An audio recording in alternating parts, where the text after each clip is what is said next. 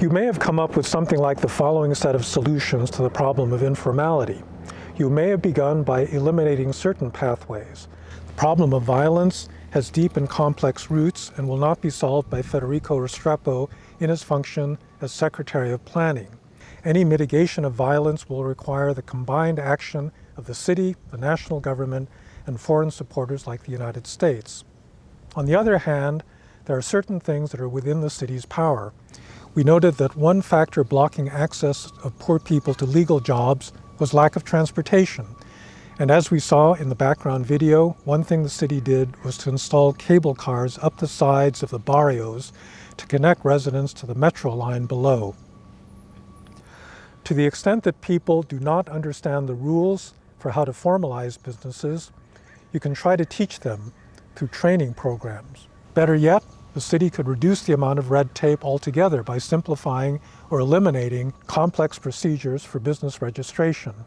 One thing a number of countries have done in recent years is to set up a one-stop shop for government services where all offices are under a single roof and there are clear instructions of the steps needed to get a passport, a driver's license, or a business license. If resources are a factor deterring businesses from formalizing, the city could make things easier by reducing that burden.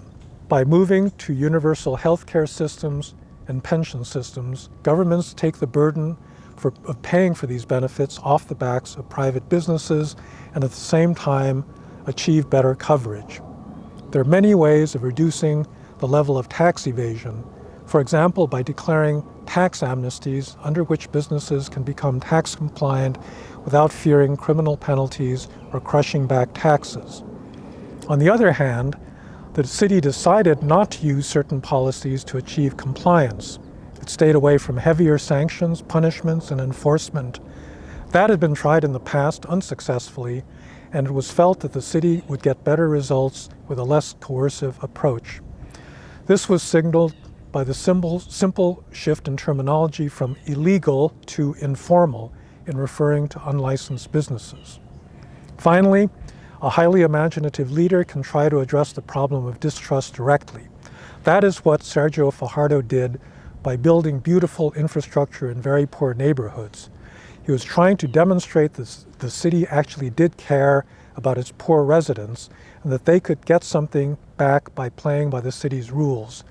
In this case, there are a number of causal pathways that explain why businesses have not formalized in Medellin.